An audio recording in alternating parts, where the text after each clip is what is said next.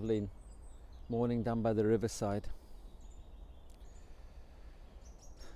When someone says, how long does it take to paint a watercolour painting? The answer is, it varies. But what do you mean by painting? You can sit there with a piece of white paper in front of you for, I don't know, a day, 2 days, 3 days. You can leave it maybe a week before you decide what you want to put on it. And then maybe you have an image that you've seen or an image in your head. I like certain places. I like Grasmere up in Cumbria, and I like the lake near to Grasmere, and to paint that brings me great joy. So I thought about it, and I sat, and there was at one end of the lake is a old oak tree. It's very old. You can see it in pictures that are over 100 years old, where people are at the far end of the lake enjoying the shaly beach and going into the lake. After a little while of thinking about it, I sketched out with a pencil what I liked. I put down some starting colours, some blues for the sky and the water, and then began to build it up. With watercolour, you start with the lightest colours, and then you put the darker colours on. But there's another thing with watercolours, and I suspect with most paintings, there comes a point when you've been working at it for a while, when it seems to be fighting against you and not doing what you want it to do, or looking the way you want it to look. And you just keep going, and there comes a point where it just looks horrible, really horrible. And that's before you start putting the darkest colours in. The darkest colours give it form, they give it structure.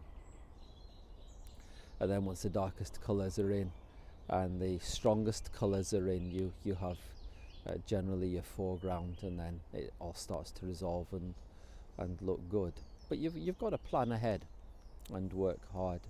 But there are those moments when it just looks rubbish, and sometimes it is rubbish.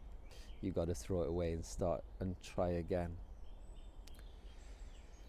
In the Psalms, David talks about the plans of God and how he brings about his plans by his word. Psalm 33. By your word, Lord, are the heavens made, their starry hosts by the breath of your mouth. You gather the waters of the sea into jars, you put the deep in the storehouses. Let all the people of earth fear the Lord. Let all the people of the world revere him. He commanded and it came to be. He commanded and it stood firm. The Lord foils the plans of the nations. He thwarts the purposes of the people. The plans of the Lord stand firm forever, the plans of his heart through all generations. Like me, maybe with a little watercolour, is God with an entire world. He has a plan for it, and he's working it out. At times it looks to us like it's defeating him, but not to him. He knows what the end is and how he'll achieve it. For us, there are times when it looks like an absolute mess, but he knows what he's doing, and it's made most beautiful by the brightest brights and the darkest darks. By this I mean, to really understand this world, you need to go to the darkest day, to the darkest hill, to the darkest moment. That moment when human beings killed the Son of God. But once you see that and understand that, everything else begins to make sense. The plans of God seem to make sense, more sense, and things are resolved.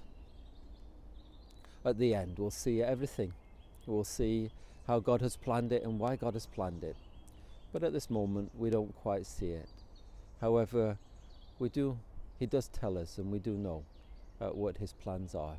His plans to save, his plans to do us good, his plans to glorify and honour his Son.